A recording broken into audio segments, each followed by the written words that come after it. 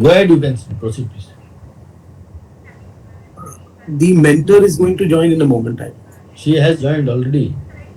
She looks like a student, but she's a professor. So, good evening, everybody. On behalf of the Chhatra Paryavaran Sansad, it is my privilege to welcome our expert mentor for today's session, Dr. Nidhi Rajput. Dr. Rajput is an associate professor and a senior scientist at School of Wildlife, Forensic and Health, Nanaji Deshmukh Veterinary Science University, Jabalpur. She holds a master's as well as a PhD in wildlife health management, and has also pursued a master degree in conservation medicine from University of Edinburgh, United Kingdom. She has been actively involved in wildlife health and forensic investigations since 2012, particularly in investigating wildlife mortalities through pathological and molecular techniques. Her experience includes national and international training with institutions such as Wildlife Institution of India, CCMB Lacones, the University of Edinburgh, and the Zoological Society of London. She was also honored with the Young Scientist Award by the Madhya Pradesh Council of Science and Technology in 2015, and has received a recommendation from the Madhya Pradesh Forest Department for her contribution to wildlife conservation. For delegates of the National Tiger Conservation Authority, today's discussion on wildlife disease and contagious outbreaks is particularly important. Disease outbreaks can have consequences not merely for individual animals but for entire wildlife population. We are therefore extremely fortunate to have Dr. Rajput with us to share her experience and insights. Ma'am, on behalf of the delegates of the Chhatra Paryavaran Sansad, I warmly welcome you and request you to kindly take the session forward.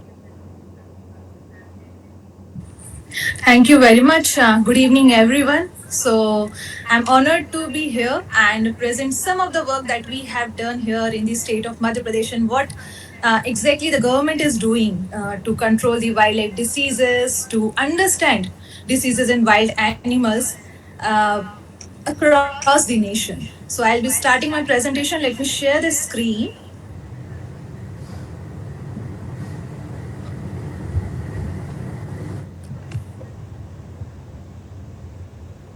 Oh, sorry.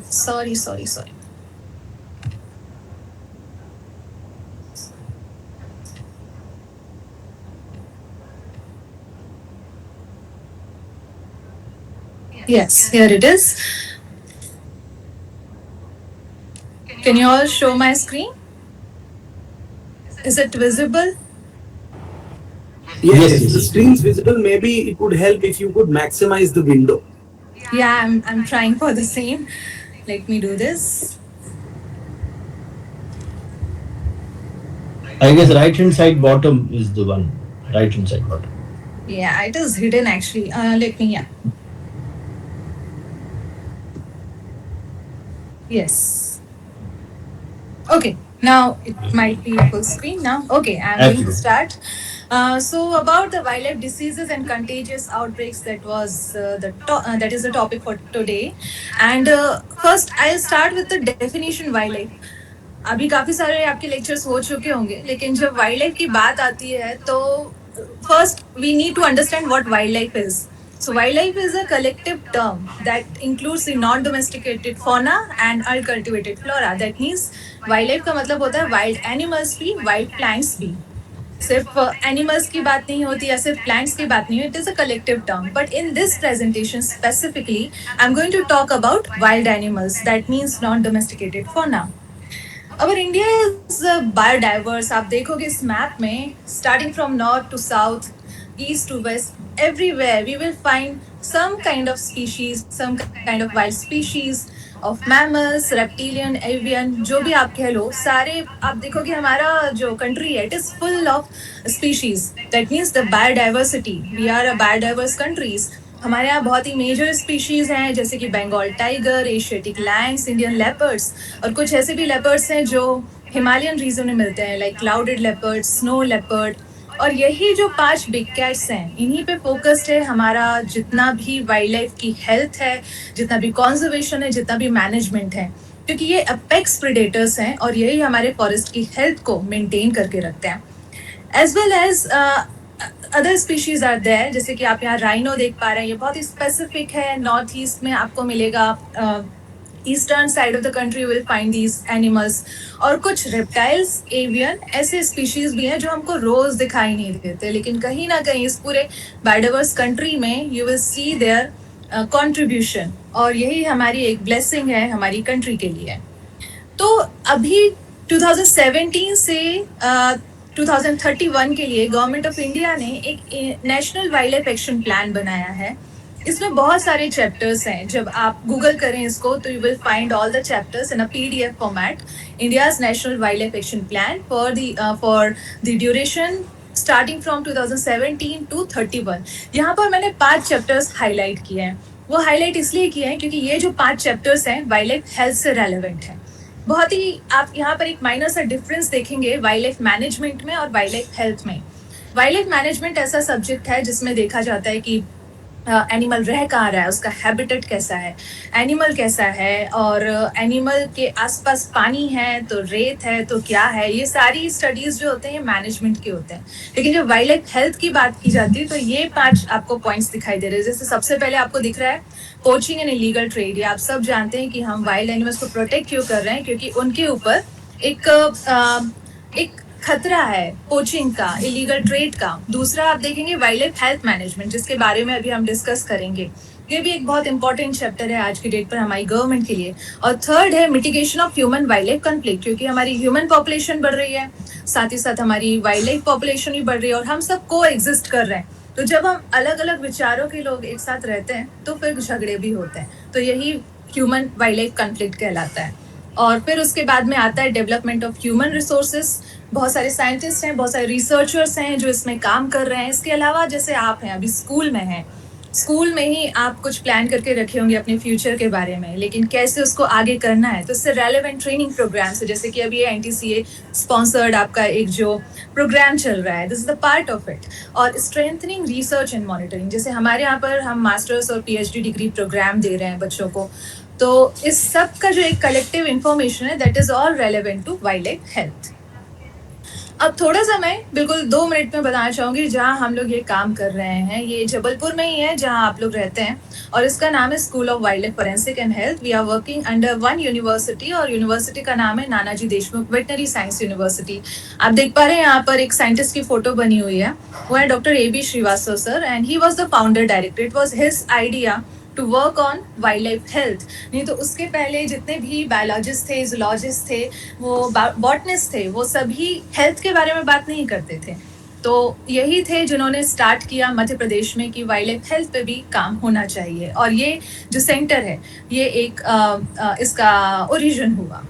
तो हम जो करते हैं, हम जो भी करते हैं, हम फॉरेस्ट डिपार्टमेंट के साथ में करते हैं, क्योंकि एनिमल्स हैं, प्रोटेक्टेड हैं, शेड्यूल्ड हैं, तो ऐसे ही हम किसी एनिमल को हैंडल नहीं कर सकते। तो फॉरेस्ट डिपार्टमेंट के साथ में हम ये काम करते हैं, जिसमें उनका रेस्क्यू है, ट्रीटमेंट है, और उन्हें वापस से जंगल में छोड़ना, ये सारे काम इसमें आते हैं।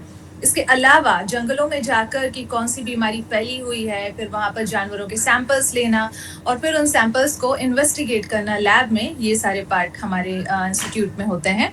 और इसके अलावा रेस्क्यू ऑपरेशंस, जैसे आप लोग सुनते होंगे कि कोई जानवर जाके कुएं में गिर गया या कहीं पे फंस गया, तार में फंस गया, तो उसको कैसे निकालेंगे? वाइल्ड एनिमल है, इट इज डेंजरस तो होता ही है, कितना भी आप सोचो कि वो अभी स्ट्रेस में है, लेकिन अगर उसे जरा सा मौका मिला तो वो इंजरीज क्रिएट कर सकता है। तो उसके लिए एक स्पेशलाइज्ड टीम होती है जो यहाँ पर हमारे यहाँ पर है, जो कि जहाँ पर जानवर स्ट्रेस में है वहाँ पहुँचकर उसको रेस्क्यू करती है। और आप ये फोटोज में देख पा रहे हैं संजय टाइगर रिजर्व में, ये भी वेटनरी ऑफिसर हैं डॉक्टर अभय सिंगल, और पेंच टाइगर रिजर्व में डॉक्टर अखिलेश मिश्रा सर। तो ये सारे डॉक्टर्स हैं जो काम कर रहे हैं वाइल्ड लाइफ हेल्थ के लिए, और साथ में हम ट्रेनिंग्स देते हैं फॉरेस्ट डिपार्टमेंट को और हमारे यहाँ के स्टूडेंट्स को।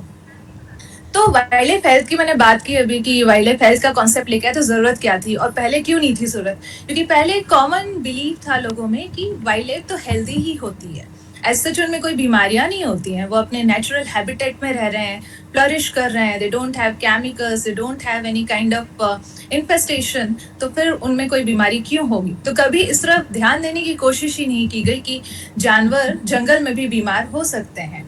और ये कब शुरू हुआ उनकी बीमारी? जबकि हम जंगल में जाने लगे, और इन्हें हम कहते हैं एंथ्रोपोजेनिक फैक्टर्स। एंथ्रोपोजेनिक फैक्टर्स होते हैं मतलब ह्यूमन क्रिएटेड, जहाँ पर इंसान कुछ फैक्टर्स लेके आते हैं जिनके कारण एक जो पहले एक हार्मनी थी नेचर और उनके एनिमल्स में, उसको हम ब्रेक करते हैं। पहला जो आप नीचे फोटो देख पा रहे हैं यहाँ पर कि कुछ हम अपने डोमेस्टिक एनिमल्स हैं, जो हमारे पालतू जानवर हैं, उनको जंगलों में ले जाकर चरा रहे हैं, मतलब ग्रेजिंग करवा रहे हैं, और वहीं पर कुछ वाइल्ड एनिमल्स भी घूम रहे हैं। फिर उसके बाद हमारा इंटरेस्ट भी वाइल्ड लाइफ में होता है, तो हमें वाइल्ड लाइफ को जानना चाहिए, लेकिन कुछ लोग वहां पहुंचकर उनकी पोचिंग कर रहे हैं या फिर उनको उनका जो हैबिटेट है उसे डिस्टर्ब कर रहे हैं, और कुछ लोग आगे जाके उनको घरों में पालने लगे। तो जब इस तरीके से पूरा जो नेचर चेंज होता है तो कोई भी एनिमल स्ट्रेस में आता है और फिर चांसेस बढ़ जाते हैं कि वो एनिमल बीमार होगा। और दूसरी चीज एक और है कि अब जो ट्रेड होता है तो उसमें जो लाइव स्पीशीज होती हैं उनको इस तरीके से बक्सों में भर के इधर से उधर ले जाया जाता है। ये बहुत ही स्ट्रेसफुल होता है, और इस कंडीशन में ये जानवर बीमार पड़ते हैं, और इनमें जो वायरसेस होते हैं कवर इतना ज्यादा एग्रोवेट कर जाते हैं कि वो डिसीजेस आउटब्रेक में बन जाती है, बहुत बड़े लेवल पर फैल जाती है। हमारे यहाँ मध्य प्रदेश में बहुत सारे नेटिव स्पीशीज हैं। कुछ स्पीशीज को यहाँ मैंने हाईलाइट करके रखा, और ये आपको लिए जानना जरूरी है कि टाइगर लेपर्ड्स तो है ही, और हमारे यहाँ कुछ अनयूजुअल स्पीशीज भी हैं। पेंगोलिन आप यहाँ देख पा रहे हैं, आप यहाँ पर पॉर्क्यूपाइन देख पा रहे हैं, टर्टल्स देख पा रहे हैं, ये आपको यहाँ पर मॉनिटर लिजर्ड दिख रहा है। ये तो कुछ मैंने बताया, बहुत सारे नेटिव स्पीशीज हमारे यहाँ पर हैं जो बहुत ही सिग्निफिकेंट हैं, और इन्हीं में काफ़ी सारी डिसीजेस रिपोर्टेड हुई हैं हमारे यहाँ पर, और ये इनके साथ में पोचिंग भी हो रहा है जिसमें इनका शिकार हो रहा है। तो वाइल्ड लाइफ मोर्टेलिटीज की बात हो रही है कि जानवरों में डेथ हो रही है। Death is a common form of nature, death तो होगी ही, तो उसे हम कहते हैं वाइल्ड लाइफ मोर्टेलिटीज। अब ये डेथ होती क्यों है जंगली जानवरों में? पहले तो प्रे प्रेडेटर कार्निवोर ने हर्बीवोर को मारा। इन फाइटिंग दो कार्निवोर्स हैं, टाइगर्स आपको यहाँ पर दिख रहे हैं, अगर उनमें टेरिटोरियल फाइटिंग होगी तो एक ना एक ज्यादा इंजर्ड होगा और हो सकता है उसकी डेथ भी हो जाए। और एपिडेमिक्स जिसके बारे में अभी हम बात करेंगे, मतलब कि बीमारियां फैलना। और नेचुरल डिजास्टर्स जैसे फ्लड्स आ गए, अभी असम में आया हुआ है, या फिर वाइल्ड फायर आ जाए, तो उसमें जो एनिमल्स की डेथ होती है वो नेचुरल होती हैं, और कुछ अननेचुरल होती हैं, जैसे आप यहाँ देख पा रहे हैं। सॉरी, इलेक्ट्रिक्यूशन यानी बिजली का झटका लगना, फिर स्नेर, स्ट्रेप्स, फंदे में फंस के मर जाना, जहर से मर जाना, रोड डेथ्स हो गए, रोड ट्रॉमा, ट्रेन ट्रॉमा, ये सारे जो डेथ्स होते हैं ये भी पार्ट है, लेकिन ये अननेचुरल मोर्टेलिटीज हैं। लेकिन अब नेचुरल अननेचुरल आया क्यों? ये आया कोविड पैंडेमिक से। उस टाइम पर सबसे पहले तो जब ये पैंडेमिक आया तो एक क्वेश्चन था बहुत ज़्यादा कि ये आया कहाँ से। तो सबसे पहले तो यही था, बैट से आया, फिर आया कुछ अनयूजुअल पेट्स घर में लोग रख रहे हैं, और उनके कारण ये वायरस जो है जंप कर गया ह्यूमन में। तो ये जब आया तब वाइल्ड लाइफ हेल्थ के बारे में बात तो होने लगी थी, लेकिन फिर उसके बाद वाइल्ड लाइफ अगर बीमार है तो कैसे हमारे जो ह्यूमन पॉपुलेशन है वो भी बीमार हो सकती है, ये कैसे पता चलेगा? तो इसके लिए रिसर्चेस शुरू हुए। कोविड-19 के बाद एक और चेंज आया हमारे वाइल्ड लाइफ प्रोटेक्शन एक्ट 1972 में। ये बहुत ही इंपॉर्टेंट एक्ट है, इसके बारे में तो आप हमेशा याद रखिएगा। 1972 में ये आया था, और इसमें अभी 2022 में एक मेजर अमेंडमेंट हुआ जिसमें कि 4 शेड्यूल्स बनाए गए। शेड्यूल 1, शेड्यूल 2 में आप देख पा रहे हैं कि वाइल्ड एनिमल्स हैं, बर्ड्स हैं, रेप्टाइल्स हैं, इंसेक्ट्स हैं। शेड्यूल 3 में है, जो शेड्यूल 3 आपको दिखाई दे रहा है, इसमें रहते हैं प्लांट्स। और शेड्यूल 4 जो नया एक इंक्लूजन हुआ है, इसमें साइटीज लिस्टेड एक्सोटिक स्पीशीज, क्योंकि तब यही हो रहा था कि कोई एक्सोटिक पेट किसी ने घर में पाला और उससे वायरस जंप करके ह्यूमन पॉपुलेशन में आ गया। तो गवर्नमेंट ऑफ इंडिया ने बोला कि ये जितने भी वायरसेस हैं, अगर एग्जॉटिक पेट्स से आते तो अब हमें सारे एग्जॉटिक पेट्स जो हैं उनका हमें एक रिकॉर्ड चाहिए कि कोई भी अगर घर में पालेगा तो वो गवर्नमेंट को बताएगा कि मैंने ये एग्जॉटिक पेट पाला हुआ है। एग्जॉटिक और नेटिव में यही डिफरेंस रहता है कि नेटिव स्पीशीज मतलब कि जो भारत में पाए जाते हैं शुरुआत से ही, जैसे Bengal tiger, Indian leopard, monitor lizard, ये हमारे नेटिव स्पीशीज हैं। और एक्सोटिक स्पीशीज जो हमारे यहाँ के ओरिजिन नहीं है लेकिन हमारे यहाँ ला के पाले जाए, जैसे यहाँ फोटोज बने हुए हैं, अफ्रीकन ग्रे पैरट, इगुआना, तो ये जो स्पीशीज हैं इन्हें हम कहते हैं एक्सोटिक पेट्स। तो ये था वाइल्ड लाइफ प्रोटेक्शन एक्ट, जिसमें हेल्थ के कारण, वाइल्ड लाइफ डिसीजेस के कारण अमेंडमेंट किया गया, शेड्यूल 4 इंक्लूड किया गया to rule out the cause of pandemic. अब आगे मैं बढ़ूंगी उसके पहले मैं जल्दी से कुछ टर्म्स बताना चाहती हूँ और ये टर्म्स आपको आगे भी समझ में आना चाहिए जब आप अपने सेशन में अपने आप को प्रेजेंट करेंगे, अपने टॉपिक को प्रेजेंट करेंगे। तो फर्स्ट टर्म है एपिडेमियोलॉजी। एपिडेमियोलॉजी एक साइंस है जिसमें कि किसी भी डिसीज को एक पॉपुलेशन में कि वो डिसीज आई कैसे, कितने लोगों में फैली हुई है और क्या कारण था, उसको कहते हैं, उसकी स्टडी को कहते हैं एपिडेमियोलॉजी। फिर आता है टर्म इन्फेक्शियस डिसीजेस, मतलब कोई भी बीमारी जो इन्फेक्शियस एजेंट से फैलती है। जैसे कि इन्फेक्शियस एजेंट्स क्या हो सकते हैं, बैक्टीरिया, वायरसेस, फंगाई। और फिर उसके बाद आता है कंटेजियस डिसीज। कंटेजियस डिसीज भी इन्फेक्शियस डिसीज है। एक जो माइनर डिफरेंस है, मेजर डिफरेंस मैं कहूंगी वो है कि कंटेजियस डिसीज कॉन्टेक्ट से फैलती है, मतलब एक इंसान से दूसरे इंसान में। आप दोनों में ऐसा सोचो, इन्फेक्शियस डिसीज मान लीजिए कि अगर किसी को मलेरिया हो गया, तो मलेरिया हो गया, अगर मेरे फ्रेंड को मलेरिया हुआ है तो मैं उसकी केयर कर सकती हूँ, मुझे इन्फेक्शन नहीं होगा, बस मुझे मस्कीटो से बच के रहना पड़ेगा। लेकिन अगर मेरे फ्रेंड को फ्लू हुआ है तो मुझे भी खुद को बचा के रखना पड़ेगा, क्योंकि वो कंटेजियस है। वो मेरे बगल में छींकेगी, वो मेरे बगल में खांसी करेगी, तो मुझे भी वो इन्फेक्शन हो सकता है। तो infectious disease, contagious disease and the last is zoonotic disease. Zoonotic disease मतलब कि जानवर और इंसानों के बीच में जो वायरस फैलता है। जैसे कि बहुत सारे एग्जांपल्स इसमें, रेबीज एक बहुत ही इंपॉर्टेंट है, डॉग बाइट से फैलता है, तो उसे हम कहते हैं जूनोटिक डिसीज। और यहाँ पर जब वाइल्ड एनिमल्स की बात की जाती है तो बहुत फोकस किया जाता है कि वाइल्ड एनिमल्स में कौन सी ऐसी डिसीजेस हैं जो जूनोटिक हो सकती हैं। और फिर उसके बाद में ये टर्म्स आप लोग अक्सर सुनेंगे, एंडेमिक, आउटब्रेक, एपिडेमिक, पैंडेमिक, ये 4 टर्म्स। एंडेमिक मतलब कि होता है कि जो डिसीज पहले से ही रह रही है। जैसे आप यहाँ देख रहे हो मलेरिया, इंडिया में बहुत पहले से एंडेमिक है, कभी भी कहीं भी हो जाता है मलेरिया, कोई नई बात नहीं है। लेकिन ऐसा होता है कि चलो 1 को हुआ, 2 को हुआ, 3 को हुआ, लेकिन अगर उस लिमिट को एक्सीड किया तो उसे हम कहते हैं फिर आउटब्रेक। आउटब्रेक भी जो होता है वो एक स्पेसिफिक एरिया तक लिमिटेड रह रहा है। जैसे आप यहाँ पर देख पा रहे हैं, इंडिया के मैप में केरला मार्क्ड है, वहां पर जो निपा वायरस इन्फेक्शन हुआ था वो केरला तक ही रहा था, वो कहीं और स्टेट में नहीं गया था। ठीक है, तो यहाँ पर भी वो उसके कैलिकट सिटी में ही सबसे ज्यादा था, डिस्ट्रिक्ट में ही सबसे ज्यादा था, तो उसे कहेंगे आउटब्रेक, निपा वायरस। और एपिडेमिक मतलब एक स्टेट से ज्यादा स्टेट्स में फैल गया, वो 3, 4, 5, 6, 7 ऐसे। जैसे कि चिकनगुनिया 2006 में फैला था, सदर्न पार्ट ऑफ इंडिया में काफी सारे स्टेट्स को उसने अफेक्ट किया था, उसे कहते हैं एपिडेमिक। और लास्ट जो टर्म है पेंडेमिक, आप सब जानते हो, कोविड-19, मतलब कि सिर्फ एक कंट्री में नहीं रहेगा, बहुत सारी कंट्रीज में, even globally it can spread, और इसे हम कहते हैं पेंडेमिक, जैसे कोविड-19। और एक बहुत कॉमनली हम टर्म यूज कर रहे हैं आजकल, वन हेल्थ। वन हेल्थ मतलब होता है अ कॉम्बिनेशन, यानी कि हम सिर्फ ह्यूमन हेल्थ की बात नहीं करेंगे, हम सिर्फ animal health. My dog is here, sorry sorry. तो वन हेल्थ में ह्यूमन हेल्थ भी आती है, एनिमल हेल्थ भी आती है, और ये कहाँ रह रहे हैं, ये इंसान कहाँ रह रहे हैं, जानवर कहाँ रह रहे हैं, उस एरिया की भी हेल्थ। मतलब अगर हमारा जबलपुर है, जबलपुर में अगर बहुत सारा गार्बेज है, ठीक है, तो this is not good, this is very bad health of our environment. तो इस सारी चीजों का collectively we call it one health, human, animal and environment. तो these were the terms you should understand जब आप वाइल्ड लाइफ डिसीजेस की बात कर रहे हो। ये सारी चीजें शुरू कब हुई, 2003 में, जब फर्स्ट आउटब्रेक हुआ था H5N1 इन्फ्लुएंजा का।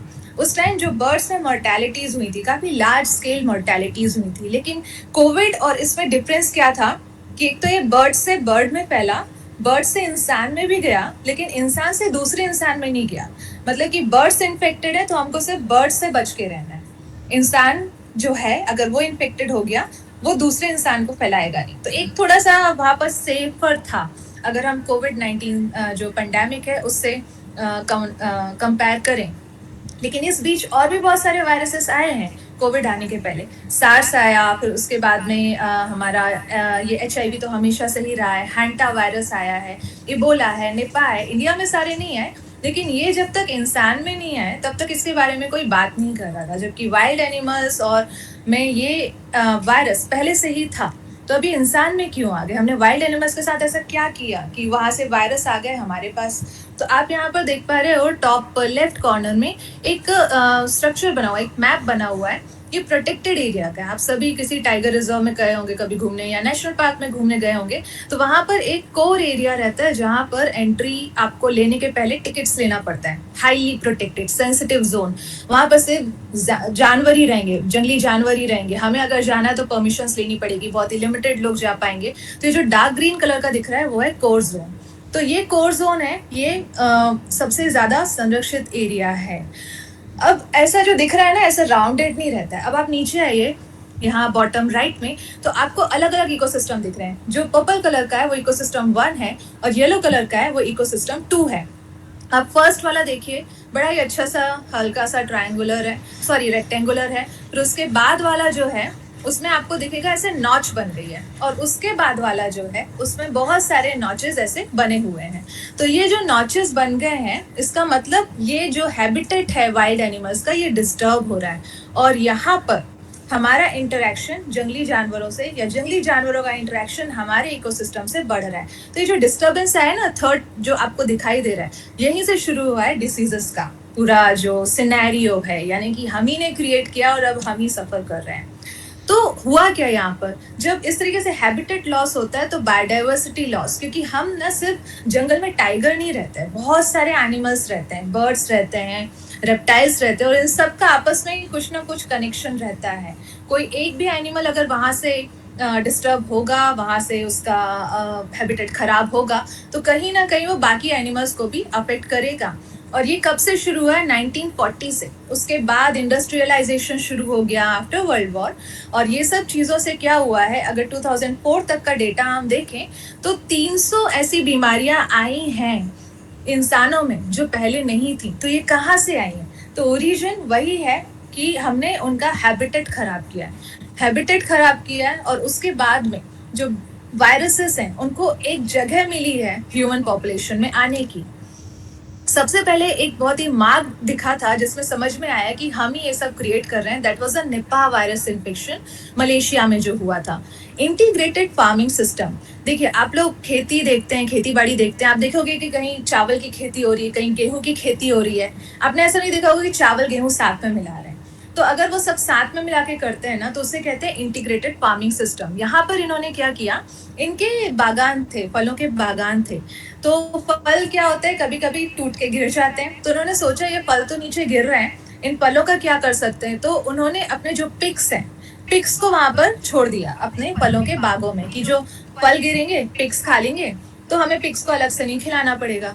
लेकिन हुआ क्या, उन फलों के बागों में रहते थे फ्रूट बैट्स। आपने बैट्स के बारे में अगर जानते होंगे, चमगादड़ जो होता है, फ्रूट बैट होता है, वेम्पायर बैट होता है। वेम्पायर बैट आप सब जानते होंगे, लेकिन जो हमारे लिए बहुत इंपॉर्टेंट है वो है फ्रूट बैट, यहाँ पर जिसका फोटो लगा हुआ है। तो जो फ्रूट बैट है वो फलों को भी खाते थे, और होते हैं वो उनके छोटे छोटे हाथ पैर है, तो पकड़े हुए फल को तो खाया, गिर गया नीचे, अब वो भी फल पिग्स खा रहे हैं। तो जो वायरसेस हैं, बैट्स एक बहुत अच्छे रेजर्वॉयर है। मैं ये नहीं कहूँगी वो हमारे लिए खतरनाक है, वो सारे वायरसेस को अपने अंदर रखते हैं जिससे कि वो वायरस बाहर इकोसिस्टम में ना जाए। लेकिन अब यहाँ पे क्या हुआ, उनके जूठे जो फल थे वो पिग्स ने खाया, वो वायरस जम करके पिग में गया, और पिग में उस वायरस का एम्प्लीफिकेशन हो गया। मतलब बैट्स जो अपने अंदर बहुत ही रिजर्व रखे हुए थे, अब वो पिग में पहुंच गया, और पिग से ह्यूमन में गया, और ह्यूमन से ह्यूमन में गया। तो ये सब शुरू कहाँ से हुआ? Integrated farming system. मतलब जरूरत नहीं थी, लेकिन जो हमने काम किया उससे ये वायरस जो बहुत टाइम से बैट्स में ही था, फाइनली ह्यूमन पॉपुलेशन में आ गया। तो यहाँ पर जो स्टडीज हुए उसमें रीजन निकला कि this was the fault of human. Ebola virus Africa में हमेशा इसके आउटब्रेक्स होते ही रहते हैं। ये जूनोटिक डिसीज है, यहाँ भी बैट्स का ही है। Bats they were carrying this pathogen very respectfully, लेकिन हमने फिर डिफॉरेस्टेशन स्टार्ट किया, उनकी जो कॉलोनीज है उनको डिस्टर्ब किया, वो स्ट्रेस में आए, और उसके बाद ह्यूमन के कॉन्टेक्ट में आने से जो virus they were carrying, it was transmitted to the human population. और अब वहां पर जब देखो तब इबोला का आउटब्रेक होता रहता है। तो again deforestation, creating stress to animals, and then again zoonosis and outbreaks. AIDS की हम बात करें तो ये अभी आया 1980 में। 1980 में फर्स्ट केस ह्यूमन में आया, लेकिन इसका ओरिजिन आपको पता है क्या? ये अफ्रीका में अगेन नॉन ह्यूमन प्राइमेट्स, जो ओल्ड वर्ल्ड मंकीज हैं वहां पर, वो अपनी बॉडी में SIV को कैरी करते थे, सिमियन इम्यूनोडेफिशिएंसी वायरस। और ये वायरस को वो हैप्पीली कैरी कर रहे थे, उन्हें कोई प्रॉब्लम नहीं थी। लेकिन फिर से ह्यूमन पहुंच गए जंगलों में, उन्होंने मारना शुरू किया, उन्होंने बुश मीट खाना शुरू किया, तो जो वायरस था ह्यूमन में जंप किया और ह्यूमन में जंप करके वो बन गया एड्स, और आज की डेट पर बहुत बड़ी प्रॉब्लम है। तो again this was our fault. और अभी रिसेंट पेंडेमिक, ये भी अगेन अभी भी इसके सोर्सेस को लेके काफी कंफ्यूजन है, लेकिन अगर आप देखें तो यहाँ भी बैट्स इन्वॉल्व है और उनका मीट इन्वॉल्व है, जो कि चाइना में बहुत ज्यादा है कि वो इस तरीके के बैट मीट को भी खाते हैं। And the origin was considered the same, कि आपने बैट को परेशान किया, वो स्ट्रेस में आया, उसने वायरस रिलीज किया और it infected the human population. तो बैट्स एज सच उनका कोई मोटिव नहीं है किसी ह्यूमन पॉपुलेशन को इन्फेक्ट करने का, ये हम कर रहे हैं कि हम उनकी कॉलोनीज को डिस्टर्ब कर रहे हैं, और जो वायरस है वो जंप कर रहा है ह्यूमन पॉपुलेशन में। तो सिर्फ इंसानों तक नहीं है, जब हम बात करें जानवरों की, मतलब कि जानवर भी वाइल्ड अलग हैं, डोमेस्टिक अलग हैं, लेकिन उनके वायरसेस भी इधर से उधर हो रहे हैं। जैसे आप यहाँ पर कुछ वायरसेस के नाम, कुछ बैक्टीरियल डिसीजेस के नाम देख पा रहे हैं। मैंने बहुत ज़्यादा हाईलाइट करके रखा है कैनाइन डिस्टेम्पर को, क्योंकि अभी ये बहुत ज़्यादा न्यूज़ में भी है, इस पर बहुत ज़्यादा स्टडीज़ भी हो रहे हैं। मेरी खुद की PhD कैनाइन डिस्टेम्पर पे है। तो ये जो है, अगर बात करें कि कैसे अचानक से वाइल्ड एनिमल्स में इतना ज़्यादा दिखने लगा है, जो कैनाइन डिस्टेम्पर है वो डॉग्स का मेन इन्फेक्शन था, लेकिन जो मेजर मॉर्टेलिटीज फर्स्ट टाइम रिकॉर्ड की गई सेरेंगेटी नेशनल पार्क में, जहां पर अफ्रीकन लायंस थे, वहां पर बहुत ज्यादा 1/3 पॉपुलेशन उनकी वाइप आउट हो गई थी because of canine distemper virus infection back in 1994। और उसके बाद रशिया में जो एमर टाइगर्स हैं, उनमें 2003 में मॉर्टेलिटीज हुए। इंडिया में स्पोरेडिक केसेस थे, मतलब एक यहाँ हो गया, वहाँ हो गया, इस तरीके से हमारे यहाँ पर मतलब आउटब्रेक्स बहुत लार्ज स्केल में नहीं हो रहे थे। लेकिन 2014-16 में इटावा लायंस सफारी में कैप्टिव लायंस थे। कैप्टिव लायंस मतलब कैप्टिविटी में अगर कोई इन्फेक्शन होता है, कैप्टिविटी मतलब अगर जू है, जू में जानवर जो है बहुत छोटी सी जगह पे रहते हैं, तो अगर कोई इन्फेक्शन होता है ना तो बहुत जल्दी फैलता है। तो उनमें डेथ्स हुई थी टावा लायंस सफारी में, कैप्टिव लायंस में। फिर अभी 2018 में, कोविड के पहले, गिर वाइल्ड लाइफ सेंचुरीज में आपने सुना होगा कि हमारे जो एशियाटिक लायंस हैं उनमें कैनाइन डिस्टेम्पर वायरस आया था। और पन्ना में भी पहले 2012 टू 2016 इस बीच में टाइगर्स में और लेपर्ड्स में CDV मिला है। और अभी रिसेंटली कान्हा में इस साल में CDV रिपोर्टेड हुआ है टाइगर्स में। तो हमारे यहाँ इंडिया में है ऐसे केसेस, लेकिन लार्ज स्केल मोर्टेलिटीज अगर देखें तो लायंस में देखने को मिली थी। तो ये अचानक से कहाँ से हो गया? 94 में वहाँ लायंस में हो गए, सेरेंगेटी में, फिर रशिया में टाइगर्स हुए, हमारे इंडिया में भी ये वायरस आ गया। तो ये जो वायरस था तो इनिशियली कैनाइन स्पीशीज का, मतलब डॉग्स और jackals, bulls, wild dogs, foxes, ये सारे कैनाइन स्पीशीज होते हैं।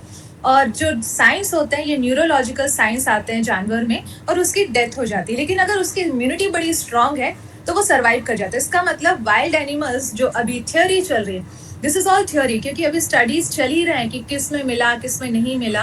तो जो थ्योरी है उस हिसाब से ये था कि वायरस तो पहले से था जंगली जानवरों में, वाइल्ड कार्निवोर्स में, लेकिन उनकी इम्यूनिटी काफी स्ट्रांग थी तो वो सर्वाइव कर जाते थे। लेकिन अगेन अभी आपने देखा ना, हैबिटेट उनका डिस्टर्ब कर रहे हैं हम, तो वायरस को, एक जो एनिमल में स्ट्रेस आ रहा है, उसकी इम्यूनिटी वीक हो रही है और उसके कारण उसमें वायरस आने लगा है। दूसरा, जब आप देख रहे हो कि हैबिटेट इस तरीके से डिस्टर्ब हो रहा है, जब ज्यादा कांटेक्ट हो रहा है ह्यूमन का और वाइल्ड एनिमल्स का, तो ऑफ कोर्स उनके डोमेस्टिक एनिमल्स का भी कांटेक्ट आने लगता है। मतलब जो आसपास गांव हैं, उनके डॉग्स हैं, वो डॉग्स क्या करेंगे, वो जंगलों में अंदर जाने लगेंगे, वो वाइल्ड कार्निवोर्स से इंटरेक्ट करने लगेंगे, और जब वो इंटरेक्ट करने लगेंगे तो फिर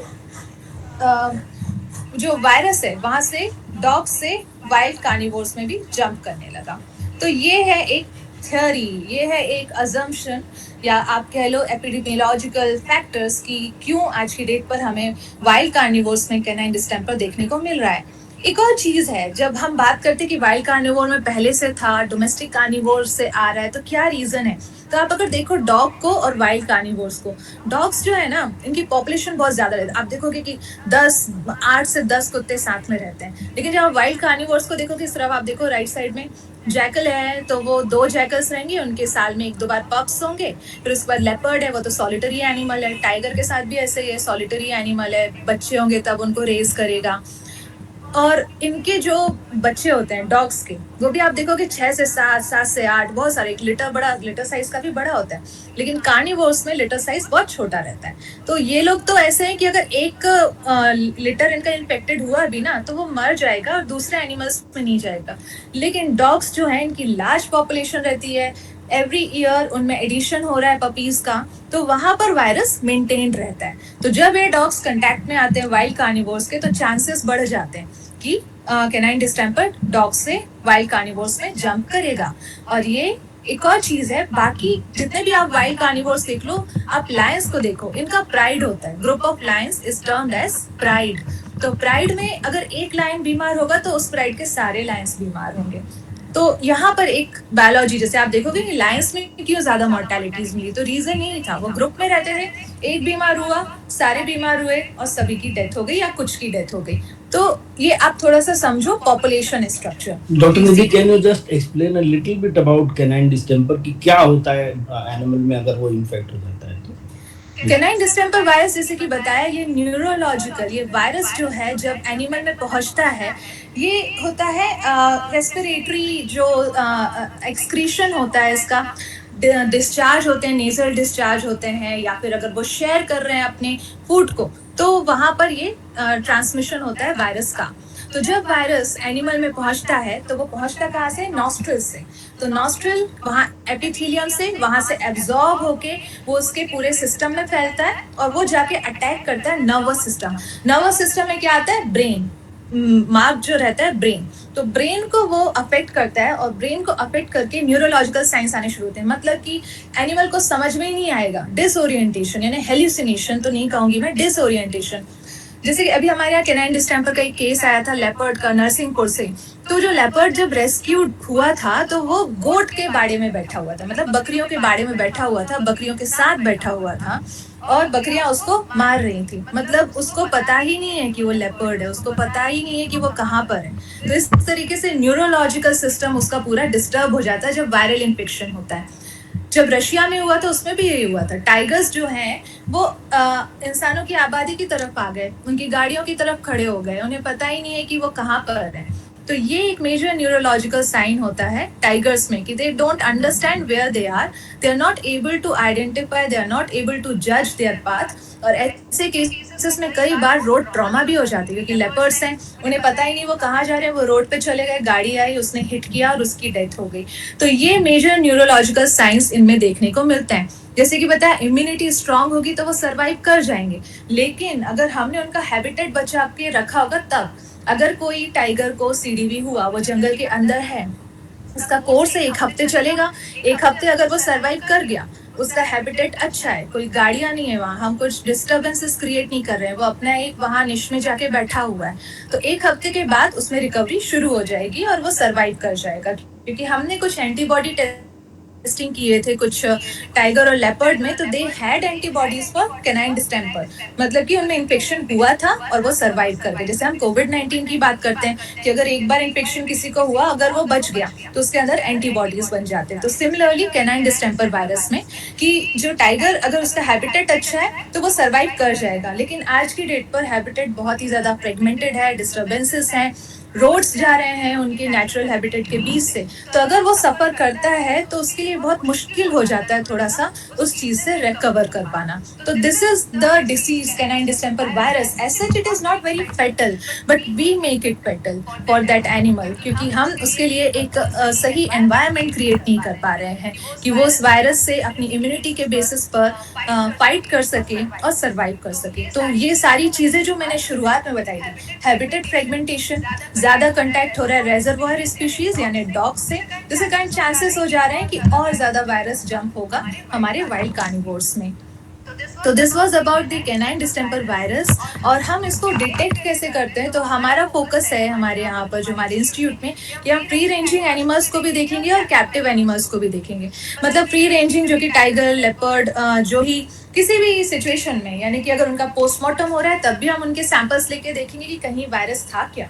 और दूसरा होता है कि अगर हम उसका रेस्क्यू किया है तब भी उसका एक बार सैंपल लेते हैं कि उनमें वायरस तो नहीं है। और जू में अगर कोई एनिमल है कैप्टिविटी में है या कोई रेस्क्यू होके आया है तो उसका भी सैंपल लेके देखते हैं कि वायरस है कि नहीं है। और प्रिवेंशन और कंट्रोल की बात करें, कैनाइन डिस्टेंपर और रेबीज का hand on hand he prevention और कंट्रोल चल रहा है। मतलब अभी जैसे कि कान्हा टाइगर रिजर्व में जब ये सीडीवी डिटेक्ट हुआ तो वहां पर सबसे पहले शुरू हुआ गार्बेज मैनेजमेंट। कहीं भी आप देखोगे डॉग की पॉपुलेशन बढ़ने में एक जो रोल होता है गार्बेज का होता है कि उनको खाना मिल रहा है, they are eating, they are breeding, तो उनकी पॉपुलेशन बढ़ती जा रही। तो सबसे पहले गार्बेज को मैनेज किया। दूसरा, कम्युनिटी डॉग्स जितने भी है बफर विलेजेस में ऐसे स्ट्रीट डॉग्स होते नहीं है, लोग पाल के रखते हैं, घरों में नहीं रखते, उनके गाँव में घूमते रहते हैं, तो उनका वैक्सीनेशन किया जा रहा है। और अब एनिमल बर्थ कंट्रोल प्रोग्राम का इनिशिएशन किया जा रहा है। अभी ये बातचीत चल रही है क्योंकि ये थोड़ा बड़े लेवल पर होता है, इसमें काफी बड़ा सेटअप चाहिए रहता है, एनिमल की सर्जरी होगी, उसे कहाँ रखेंगे, तो एनिमल बर्थ कंट्रोल प्रोग्राम। और चौथा जो है कम्युनिटी पार्टिसिपेशन, ये बहुत इंपॉर्टेंट है कि लोगों को पता होना चाहिए कि अगर वो किसी डॉग को खाना खिला रहे हैं तो उसका वैक्सीनेशन भी वो इंश्योर करें। और अगर वो जंगल में जा रहे हैं तो कोशिश करें उस डॉग को अपने साथ जंगल में लेके ना जाएं। और ह्यूमन कंट्रोल की बात करें जिसमें आता है कि यूथनेशिया, तो यूथनेशिया पे अभी नहीं सोचा जा रहा है क्योंकि ये चारों जो फैक्टर्स हैं यही बहुत अच्छे से काम करेंगे अगर, तो डॉग की पॉपुलेशन काफी हद तक कंट्रोल हो जाएगी, specially around the protected areas. जिससे कि जो वायरस का एक खतरा है कि शायद डॉग से जा रहे हैं तो वो एक रूल आउट हो जाएगा। और फिर कैनाइन डिस्टेंपर रेबीज के बाद एक बहुत ही बड़ी डिसीज है ट्यूबरकुलोसिस, जिसे कि हम लोग उतना इम्पोर्टेंस अभी दे नहीं पा रहे हैं क्योंकि हम अभी ह्यूमन पॉपुलेशन में ही लगे हुए हैं कि टीबी कंट्रोल हो जाए। लेकिन उस कंट्रोल करने के साथ साथ ये जो टीबी है आज की डेट पर कुछ एनिमल्स में अब स्प्रेड हो रहा है। ह्यूमन ट्यूबरकुलोसिस माइकोबैक्टीरियम ट्यूबरकुलोसिस जो कि ह्यूमन पॉपुलेशन मिलता है, अब एलिफेंट्स में मिलने लगा है। स्पेशली जो एलिफेंट्स आप देखते हैं साधु बाबा लेके घूमते हैं, उनमें ये टीबी रिपोर्टेड हो गया है इंसानों वाला। जू में जो हर्बीवोर्स रहते हैं, कोई भी हर्बीवोर आप ले लो, हिरण है, एंटीलोप्स हैं, उनमें ये टीबी मिल रहा है। रीसस मैकैक्स, लाल मुंह के बंदर जो रहते हैं, जो हमारे आसपास काफी दिखाई दे रहे हैं, उनको भी हम ये बीमारी दे चुके हैं। तो यहाँ पर ये जो हम बात कर रहे हैं लाल मुंह वाले बंदर, दो तरीके के नॉन ह्यूमन प्राइमेट्स है मध्य प्रदेश में, कॉमन लंगूर और एक रीसस मैकैक। तो रीसस मैकैक होता है लाल मुंह का बंदर, कॉमन लंगूर काले मुंह का बंदर, और इनका हैबिटेट थोड़ा सा डिफरेंट रहता है। आप यहाँ देख पा रहे हो कि जो कॉमन लंगूर रहते हैं ये आउटस्कर्ट्स में रहते हैं। आप देखोगे कि जो थोड़े से हमारे एरियाज रहते हैं, फॉरेस्टेड एरियाज रहते हैं, वहां पर रहते हैं। और जो मकाक्स रहते हैं, मंकीज जिन्हें हम कहते हैं, वो हमारे साथ ही रहते हैं आसपास, हमारे घरों के आप देखोगे मंदिरों में मिल जाएंगे, आपको कहीं भी मिल जाएंगे, खाने पीने की जगह पे मिल जाएंगे। तो वो हमारे साथ हमारा हैबिटेट शेयर कर रहे हैं और हम उनको दे रहे हैं ट्यूबरकुलोसिस। तो ये जो हम लोग पोस्टमार्टम करते हैं, सैंपल प्रोसेस करते हैं, तो हमने देखा है काले मुंह के बंदरों में अभी तक इतना नहीं मिला हमें, लेकिन लाल मुंह के बंदर में टीबी आ ही गया है और हम ही ने उन्हें ये गिफ्ट किया है। तो अगर हम देखें ये क्यों हो रहा है ट्यूबरकुलोसिस, आप ये मैप देख पा रहे हैं, आप इससे कोई भी एरिया नहीं दिख रहा जहाँ ट्यूबरकुलोसिस नहीं है। हमारे पूरे इंडिया में, पूरे नेशन में ट्यूबरकुलोसिस फैला हुआ है अलग अलग डिग्री पे। तो हम सब कैरी कर रहे हैं, इवन मैं भी कैरी कर रही हूँ, हम सब कैरी कर रहे हैं ट्यूबरकुलोसिस। बस ये है कि हमारी इम्यूनिटी अच्छी है। अगर हमारी इम्यूनिटी अच्छी है तो वो डोरमेंट पड़ा रहेगा बैक्टीरिया, लेकिन अगर इम्यूनिटी वीक हुई तो फिर वो ट्यूबरकुलोसिस फ्लेयर अप कर जाता है। तो इसलिए हमें अपने खाने पीने का बहुत ध्यान रखना चाहिए। लेकिन साथ ही साथ एक चीज है जो बहुत इंपॉर्टेंट है कि ये वाइल्ड एनिमल्स में ना जाए, दूसरे एनिमल्स में ना जाए। सिंपली डू नॉट स्पिट कहीं पर भी, जो एक बहुत कॉमन है हमारे इंडिया में, पब्लिक प्लेसेस में कर देते हैं, तो ये बिल्कुल भी नहीं करना है। एनिमल शेल्टर्स पे तो कतई नहीं करना है, जूलॉजिकल पार्क्स में तो भूल के भी, और प्रोटेक्टेड एरियाज में तो आप पर फाइन लग जाएगा। और अभी तो लॉज एंड रेगुलेशंस भी आ गए हैं, जैसे डिजास्टर मैनेजमेंट एक्ट 2005 कोविड के टाइम पर था कि अगर कोई स्पिट किया तो उस पर तो फाइन लगेगा।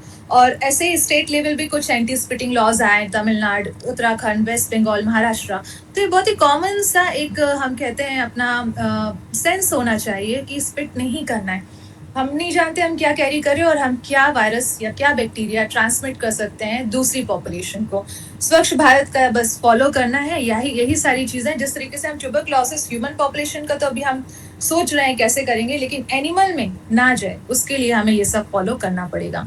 और एक और जो थर्ड पॉइंट है, last point, exotic and illegally kept pets. बहुत सारे लोग घरों में हमारे नेटिव स्पीशीज को रख लेते हैं। उन्हें पता नहीं होता है, अननोइंगली रखते हैं। आप लोग अभी स्कूल में हो, आप लोग ऐसी जनरेशन हो जो आगे अपने थॉट्स को लेके जाओगे, तो आपको पता होना चाहिए कि किस जानवर को घरों में पाला जा सकता है, किसको नहीं पाला जा सकता। जैसे आप यहाँ देख पा रहे हैं, पैराकीट है, ये नेटिव स्पीशीज है, ये प्रोटेक्टेड स्पीशीज, तो घर में नहीं रख सकते। Star tortoise, soft shell turtle, flap shell turtle, ये सारे जो हैं जानवर, इनको घरों में नहीं रखना है। तो अभी हमारे यहाँ पर केसेस लेके आते हैं, हमारे यहाँ ओपीडी है, वाइल्ड लाइफ ओपीडी, तो हम लोग देखते हैं कई लोगों को पता ही नहीं रहता कि इनको रखना नहीं है। और जब उन्हें पता ही नहीं है, रखना नहीं है, तो वो रखते कैसे हैं? बहुत ही गलत तरीके से। उनकी हाउसिंग नहीं है, जैसे कछुआ है उसे पानी में रखना है, सूखा रखा हुआ है, उसको खाना देना है, वो मछली खाने वाला कछुआ है, उसको आटे की गोलियां खिला रहे हैं, और ऊपर से उसको एक छोटे से टब में रखा हुआ है। ये सारी चीजें उसमें स्ट्रेस क्रिएट करता है और फिर उसमें बीमारियां आती हैं। देखिए, आप यहाँ पर फोटो में देख सकते हैं, एक टर्टल है, उसको रेस्पिरेटरी इन्फेक्शन हो गया क्योंकि उसको ऐसी जगह रखा, पानी इतना गंदा चेंज ही नहीं किया, उसी में वो डेफिकेट कर रहा है, यूरिनेट कर रहा है, और फिर उसके बाद उसी में खाना खा रहा है, बेचारा इन्फेक्टेड हो गया। नीचे आप देख पा रहे हो क्लोएकल प्रोलैप्स, उसका जो क्लोएका है वहां से उसके ऑर्गन्स बाहर आ गए, क्योंकि उसको जो नेचुरल खाना देना था उसकी जगह उसे आटा खिला रहे थे, तो उसकी क्लॉगिंग हो गई इंटेस्टाइन्स में और पूरे ऑर्गन्स उसके बाहर आ गए। तो क्या जरूरत है ऐसे जानवरों को इतने पेन के साथ रखने में? तो इस तरीके से तो पेट्स बिल्कुल भी नहीं रखने हैं। और अगर आपको लगता है कि आपको इसका क्लैरिफिकेशन चाहिए क्यों नहीं रखना, तो एक और चीज़ है, अगर ये स्ट्रेस में आते हैं ना, ये बीमार पड़ते हैं, तो नेक्स्ट फिर आप बीमार पड़ोगे, क्योंकि बहुत सारी जूनोटिक डिसीजेस फिर ये स्प्रेड करने लगते हैं, जैसे यहाँ लिस्टेड है सिटाकोसिस, साल्मोनेलोसिस, कोलीबेसिलोसिस। तो आपको अपनी फैमिली को भी सेफ रखना है और उस जानवर की भी वेलबींग का सोचना है। तो इसका सिंपल सा तरीका है, मत खरीदो, मत रखो अपने घर पे। Don't buy, don't make them a pet, क्योंकि ये एनिमल्स पेट बनाने के लिए नहीं है, ये अपने नेचुरल हैबिटेट में रहेंगे। और अगर आपको बहुत ज्यादा है कि नहीं मुझे एक्सोटिक एनिमल पालना ही है, तो do it scientifically and logically. क्योंकि अब जब से कोविड आया है, भारत सरकार ने एक पोर्टल लॉन्च किया है, परिवेश पोर्टल 2.0। आप लोग गूगल करके इसके बारे में पढ़ना।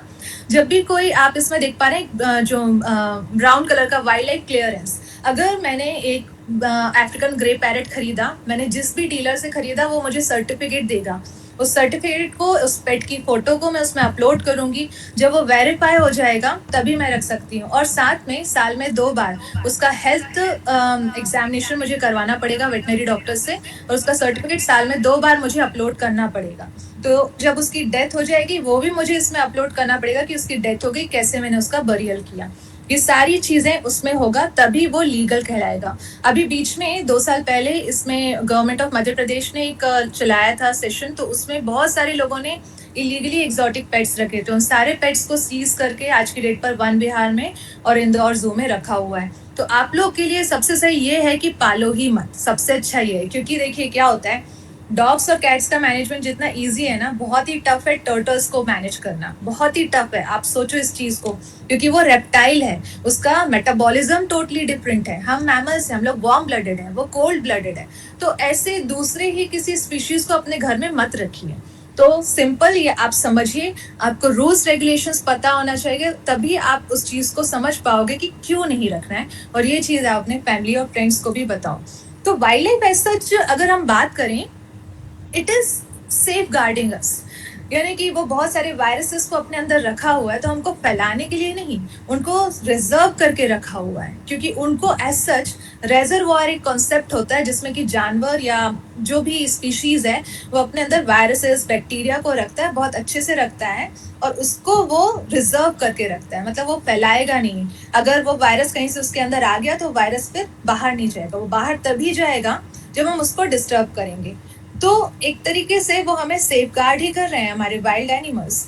तो जब भी कोई डिस्टर्बेंस होता है, आप ये ग्राफ में देखिए, सबसे पहले केस मिलेगा आपको वाइल्ड एनिमल्स में, जो कि हम लोग ज्यादा सीरियसली लेते नहीं है। कहते हैं ना, वाइल्ड लाइफ हेल्थ का क्या ही करना, एक जानवर मर गया, वो तो मरना ही था उससे, लेकिन क्यों मरा वो जानना जरूरी है। क्योंकि पहला केस हमेशा वाइल्ड एनिमल में ही आता है, और उसके बाद वो डिसीज जाती है डोमेस्टिक एनिमल में। डोमेस्टिक एनिमल को भी लोग थोड़ा सोचते हैं, क्योंकि उनकी लाइवलीहुड जुड़ी होती है, लेकिन उतना नहीं सोचते। अगर उनकी गाय मर गई, चलो ठीक है, कॉम्पनसेशन मिल जाएगा, उसका बीमा हो रखा है, तो नहीं ध्यान दिया। लेकिन जब वो ह्यूमन में गया ना, तब सब लोगों में एक डर आता है। तो तो आप समझिए यहाँ पर क्यों वाइल्ड लाइफ को हेल्दी रखना जरूरी है, क्योंकि जो वायरसेस हैं वो जंप करके अल्टीमेटली हमारे पास ही आएंगे। तो ये जो वन हेल्थ का कॉन्सेप्ट है कि हमें अगर अपनी हेल्थ बनानी है तो हमें बाकी दो की हेल्थ को भी देखना पड़ेगा, एनिमल हेल्थ और एनवायरमेंटल हेल्थ। तो वाइल्ड लाइफ को एक तरीके से माइनर्स कैनरी कहते हैं। ये कैनरी बर्ड है। पहले के लोग जब माइनिंग के लिए जाते थे तो बहुत अंदर अंदर जाते थे, बहुत सारी टॉक्सिक गैसेस रहती थी वहां पर, तो वो एक पिंजरे में ये कैनरी बर्ड को लेके जाते थे। तो कैनरी बर्ड बहुत सेंसिटिव होती है, तो क्या होता था जैसी टॉक्सिक गैसेस आई लोगों के लंग्स में बाद में जाएगी, लेकिन ये बर्ड पहले अफेक्टेड हो जाती थी और मर जाती थी। तो वहां से पूरा उनका जो ग्रुप रहता था वापस आ जाता था कि बस इससे आगे नहीं जाना है। तो वाइल्ड लाइफ भी ऐसा ही है, सबसे पहले वही पूरे जितने भी वायरसेस है उनको अपने अंदर लेता है, लेकिन अगर हमने उसको सेफली नहीं रखा, उसको हमने ध्यान नहीं दिया उसकी हेल्थ पे, तो अल्टीमेटली वो हमको ही आएगा इन्फेक्शन। ये सब चीजें क्यों आ रही है? क्योंकि क्या होता है ना कि कहते हैं कि पहले तो जो लोग थे उनमें तो इतनी डिसीजेस नहीं आती थी, तो अब क्यों आने लगी? तो जो शुरुआत में आपको बताया था डिफॉरेस्टेशन, आप यहाँ पर सैटेलाइट इमेजेस देख सकते हैं अमेजोन फॉरेस्ट की। 1984 में आप देखिए और फिर 2018 में देखिए, कितना डिफरेंस आ गया है, कितना ज्यादा हमने वहां पर पेड़ों को काट दिया है, पूरा जो एक इकोसिस्टम है उसे डिस्टर्ब कर दिया है। तो यही रीजन है कि अब यहाँ पर एक क्लाइमेट चेंज आप कहो वो तो बाद में आता है, हम पहले ही सारे चेंजेस शुरू कर चुके हैं। तो इन सबको ठीक कैसे किया जा सकता है, जो कि अब किया जा रहा है, गवर्नमेंट भी कर रही है और एज अ सिटीजन हमको भी उसमें कंट्रीब्यूशन देना पड़ेगा, और उसे हम कहते हैं डाइल्यूशन इफेक्ट। मतलब कि अगर किसी बीमारी को कंट्रोल करना है तो हमें बायोडाइवर्सिटी बढ़ानी पड़ेगी। बायोडाइवर्सिटी मतलब आज की डेट पर हम भूल जाते हैं कि कोई एक स्पीशीज एक्सटिंक्ट हुई है तो उसके एक्सटिंक्ट होने से कुछ होगा क्या, या फिर हमने कहीं पे पेड़ काट दिए हैं और अब जो डॉग्स हैं वो जंगल के अंदर घुस रहे हैं तो उससे क्या ही होगा। तो ये सारी चीजें अब होने लगी हैं। तो अब हमको डाइल्यूशन इफेक्ट लाना है, मतलब कि हमको ज्यादा पेड़ लगाने हैं, ज्यादा स्पीशीज इकोसिस्टम में लानी है, जिससे कि वायरस अगर जंप करे तो वो दूसरी स्पीशीज में जाए, वाइल्ड स्पीशीज में, जो उसको न्यूट्रलाइज कर दे और वो हमारी पॉपुलेशन तक आए ही नहीं, यानी एक बैलेंस्ड इकोसिस्टम आए। दो एग्जाम्पल्स हैं यहाँ पर कैसे बायोडाइवर्सिटी का एक रोल होता है डिसीज कंट्रोल में।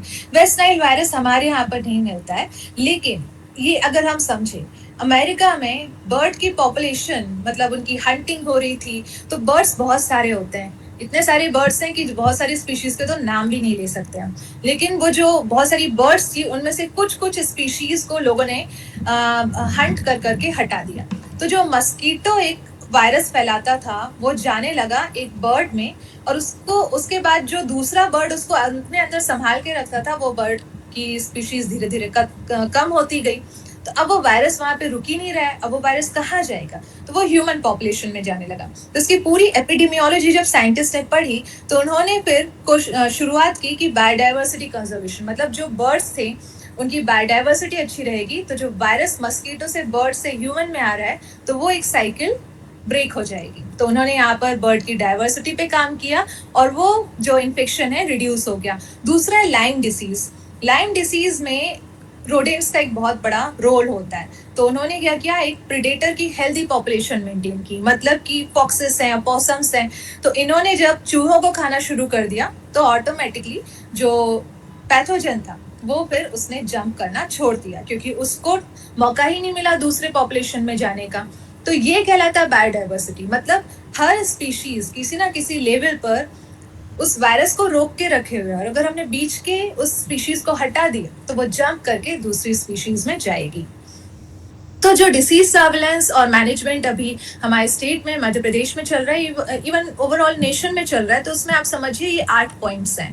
पहला तो कि सारे एनवायरमेंट, एनिमल्स और अगर कोई मरा हुआ जानवर जिसे हम कार्कस कहते हैं प्रोटेक्टेड एरियाज के आसपास मिलता है तो उससे नेसेसरी सैंपल्स लिए जाते हैं, और उसके बाद उन सैंपल्स को लेबोरेटरी में भेजा जाता है देखने के लिए कि अभी जो पैथोजेंस हैं वो उनमें है कि नहीं। अभी जो हम फोकस कर रहे हैं canine distemper virus, canine parvo virus और ट्यूबरकुलोसिस, लेप्टोस्पायरोसिस, ये डिसीजेस उनमें है कि नहीं है, इनको हम डिटेक्ट करते हैं। उसके बाद अगर वो डिटेक्ट हो जाता है तो कोशिश करते हैं कि उनमें वो इन्फेक्शन आया कहाँ से होगा। जैसे अभी टाइगर का था कान्हा में, तो उसमें ये जब उसकी एपिडेमियोलॉजी पढ़ी तो समझ में आया कि डॉग्स हैं वो एनक्रोच कर रहे थे, तो शायद dogs are the source of infection. फिर control of infection in the protected areas, जैसा कि अभी चल रहा है, डॉग की पॉपुलेशन को पहले काउंट किया गया, फिर डॉग्स में वैक्सीनेशन किया गया, अभी बर्थ कंट्रोल होगा, और उसके बाद उनका वैक्सीनेशन भी किया गया। और इसके अलावा जो वाइल्ड एनिमल्स है उनके हैबिटेट को इम्प्रूव किया गया, कि मतलब दोनों की मिक्सिंग ही ना हो, कि ज्यादा वाइल्ड एनिमल्स बाहर ना आए और डोमेस्टिक एनिमल्स अंदर ना जाए। कम्युनिटी एंगेजमेंट इसमें बहुत इंपॉर्टेंट है, क्योंकि लोग जो आसपास के गांव में रहते हैं जब वो सपोर्ट करते हैं तभी ये डिसीज कंट्रोल हो पाती है। और फिर बायोडाइवर्सिटी कंजर्वेशन, मतलब अलग अलग स्पीशीज को वहां पर मेंटेन करके रखना, तो ये ज्यादा उसमें अभी हम कर रहे हैं। और इकोसिस्टम रिजर्वेशन, जब इकोसिस्टम सही रहेगा तभी जो जानवर है वहां पर सही से इन्फेक्टेड नहीं होगा। तो अभी अगर आप देखिए इंटरनेशनल टाइगर डे की जो थीम थी, जो मैंने अभी पूरा बताया, securing the future of tigers with indigenous peoples and local communities at the heart. पहले लोग रह रहे थे जंगलों में, जानवरों के साथ रह रहे थे। कैसे रह रहे थे? क्योंकि वहां पर बायोडाइवर्सिटी थी, और उस बायोडाइवर्सिटी में वायरसेस, बैक्टीरिया, वो किसी ना किसी एक स्पीशीज में जाके रुक जा रहे थे, और फिर उसके बाद में वो ह्यूमन पॉपुलेशन में नहीं आ रहे थे। लेकिन आज की डेट पर ये डिस्टर्ब हो चुका है, और अगर ये डिस्टर्ब हो चुका है तो अब हम कहाँ से स्टार्ट करेंगे? तो हमें कम्युनिटी से ही स्टार्ट करना पड़ेगा। मतलब उनको बताना पड़ेगा कि उनके डॉग्स को वो कैसे रखें, उनको बताना पड़ेगा उनके लाइफ स्टॉक को वो कैसे रखें, और प्लांट यानी कि डिफॉरेस्टेशन ना हो, हम ज्यादा प्लांट्स लगाएं। तो जब सारी चीजें हार्मनी में रहेंगी तो जो पैथोजेंस हैं वो नहीं आएंगे। कैनाइन डिस्टेंपर की मैं फिर से बात करूंगी, तो बात वही है कि डॉग्स को अंदर नहीं जाने देना है, डॉग्स को कंट्रोल करना है, तो हमें अपनी आदतों को सुधारना पड़ेगा, गार्बेज को कंट्रोल करना पड़ेगा, उनका वैक्सीनेशन करना पड़ेगा, फॉरेस्टेशन करना, रिफॉरेस्टेशन करना पड़ेगा। This is how we can control the canine distemper virus in wild carnivores. और आप कैसे कर सकते हैं? क्योंकि गवर्नमेंट बहुत कुछ कर रही है, साइंटिस्ट बहुत कुछ कर रहे हैं जो अभी आपको बताया, लेकिन अभी आप स्कूल में हो, आप स्कूल में रह के भी इन बीमारियों को रोक सकते हैं। कैसे? सबसे पहले तो no illegal pets at home. आप कोशिश करें कि घरों में लाना ही नहीं इस तरीके के पेट्स, ठीक है? आपको नहीं पता उसकी फिजियोलॉजी, उसका मेटाबॉलिज्म, उसको रखना कैसे है, तो उसको घर में पालतू बनाना ही नहीं है। अगर आपके घर में डॉग है तो उसका प्रॉपर डीवॉर्मिंग और वैक्सीनेशन करवाना है। और अगर आपके यहाँ कम्युनिटी डॉग्स हैं तो अभी गाइडलाइंस आई हुई है गवर्नमेंट की, आप उसको फॉलो करिए कि उनका एक डेजिग्नेटेड एरिया होता है जहाँ पर उनकी फीडिंग होना चाहिए, उनका वैक्सीनेशन होना चाहिए, वो न्यूसेंस क्रिएट नहीं करना चाहिए। तो यहाँ पर एक आप सिंसियर पेट ओनर, या आपके पास पेट नहीं है तो एक एडवाइजर आप अपना एक रोल निभा सकते हैं। इसके अलावा बहुत इंपॉर्टेंट है, ये दो चीजें मैं क्यों बता रही हूँ, क्योंकि ये सारी चीजें डिसीजेस को इधर से उधर करने में है। प्लास्टिक पोल्यूशन, क्योंकि प्लास्टिक पोल्यूशन इतना ज्यादा, हम लोग जब पोस्टमार्टम करते हैं, हमारे जो डियर स्पीशीज है उनके पेट में पॉलिथीन मिलती है। पॉलिथीन जंगलों में जा कहाँ से रही है? हम ही भेज रहे हैं, क्योंकि ये पॉलिथीन हम इतना आज की डेट पर यूज कर रहे हैं। यूज करना इज ओके, लेकिन उसका सही से साइंटिफिक मैनेजमेंट होना चाहिए। ऐसे नहीं यहाँ उड़ा दिया, वहां उड़ा दिया। और बहुत एक हम जो काम करते हैं कि हम जो मिल्क पैकेट का, अगर आप में से कोई भी इसको यूज करता है तो इसको खोलने का तरीका होता है, उसका छोटा सा निक बना के ऐसे उड़ा नहीं देना। वो जो छोटा सा पॉलिथीन है वो अल्टीमेटली ओशियन में ही जा रहा है। और हमारे एनिमल्स में अगर प्लास्टिक पहुंचता है, उनकी इम्यूनिटी वीक होती है, और इम्यूनिटी का खेल है, जो सारे पैथोजेंस इधर से उधर जंप कर रहे हैं। तो हमारा एक है यहाँ पर कि प्लास्टिक पोल्यूशन को रोकना है। गार्बेज मैनेजमेंट, हमेशा आपको कहीं भी आपके आसपास अगर आपको दिखाई देता है, आप उसको बिल्कुल अपने जो कंसर्न अथॉरिटी उनसे बोल के, अपने पेरेंट्स से बोल के उसको क्लीन करवाइए। और हमेशा आप कहीं पब्लिक प्लेसेस पे जा रहे हैं तो आप डस्टबिन को यूज करिए, क्योंकि गार्बेज मतलब डॉग्स मतलब बीमारियां। और फिर उसके बाद कुछ छोटी छोटी सी चीजें हैं, जैसे कि वाटर कंजर्वेशन। ये बहुत ही इम्पोर्टेंट है कि हम वाटर कंजर्व करें, क्योंकि अगर स्कैरसिटी होती है, जब वहां पर ड्रॉट होता है, जानवर को पानी नहीं मिलता, तो again it comes out of the forest, और फिर उसके बाद चांसेस होते हैं पैथोजन ट्रांसमिशन के। इलेक्ट्रिसिटी यूज, जो कि हम बहुत छोटी छोटी चीजें कि चार्जर लगा के हम ऑन करके भूल गए, लैपटॉप को ऐसे ही बंद कर दिया, उसे हमेशा टर्न ऑफ करना है। और उसके बाद में इलेक्ट्रॉनिक गैजेट्स हो गए, और नॉइज पोल्यूशन, हॉन्किंग, ये भी बहुत इंपॉर्टेंट है। हमारे आसपास इतने सारे बर्ड पॉपुलेशन है ना, अगर उनको हॉन्किंग से परेशानी होगी, वो स्ट्रेसफुल होंगे। बहुत सारे बैट्स से हमारे आसपास रहते हैं, अगर वो भी स्ट्रेस में आएंगे तो गॉड नोस कि क्या हो सकता है। तो इसलिए उनकी सेफ्टी हमारे लिए जरूरी है। और इसके अलावा ट्रैफिक सिग्नल, ये तो बहुत ही कॉमन सा है कि आपको व्हीकल ऑफ कर देना चाहिए, इंजन ऑफ कर देना चाहिए, और हमेशा एक ट्री हमेशा आप सोचिए लगाना है. This is how you can contribute to biodiversity conservation. बस यहीं से शुरुआत है. जो मैं यहाँ पर एक सम अप करना चाह रही हूँ कि सभी की हारमोनी है. कोई भी पैथोजन आया नहीं एकदम से, पैथोजन था वहां पर. अब वो पैथोजन ह्यूमन पॉपुलेशन में कहाँ से आया, तो it's all because of us. हमारे जो एंथ्रोपोजेनिक एक्टिविटीज हैं, हमने पेड़ काटे हैं, हमने जानवरों के घर उजाड़ दिए, वो एक घर से दूसरे घर में जा रहे हैं. This is how the diseases are there in our ecosystem now. तो अभी भी टाइम है, और हमारे पास काफ़ी कुछ साइंटिफिक कम्युनिटीज़ इस पे काम करने लगी हैं. लेकिन आप अभी स्कूल में हैं, और आप अभी जो है उन्हें आप लोगों को बडिंग साइंटिस्ट कहा जाता है. हो सकता है आप में से कुछ साइंटिस्ट बने, कुछ वेटनेरियंस बने, या कोई बायोलॉजिस्ट बने, और हो सकता है कोई इंजीनियर्स बने. लेकिन हर लेवल पर आप ये सब चीज़ें ध्यान रखना कि आप किसी भी प्रोफेशन में जाओ, डिसीजेस को रोकने में हम सबका इसमें एक कंट्रीब्यूशन होना चाहिए. तो दिस वाज ऑल अबाउट कि वाइल्ड लाइफ में डिसीजेस कौन कौन सी हैं, कैसे आ रही हैं. वाइल्ड लाइफ ही है जो ला रहा है, कि हम हैं जो उनको इनवाइट कर रहे हैं.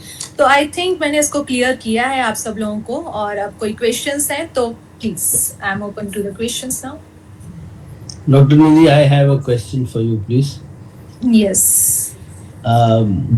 Yes Are we trying to say that, and if you could elaborate, कि जैसे जैसे स्पीशीज स्ट्रेस में आएंगी और जैसे जैसे एक एक स्पीशीज एक्सटिंक्ट होती जाएगी, उसकी जो नेटिव वायरस है जिसको वो होल्ड करके, जिससे वो इम्यून हो चुका है, वो वायरस जंप होके जाएगी और कोविड-19 जैसे और अधिक पेंडेमिक और फ्रीक्वेंसी से आ सकते हैं.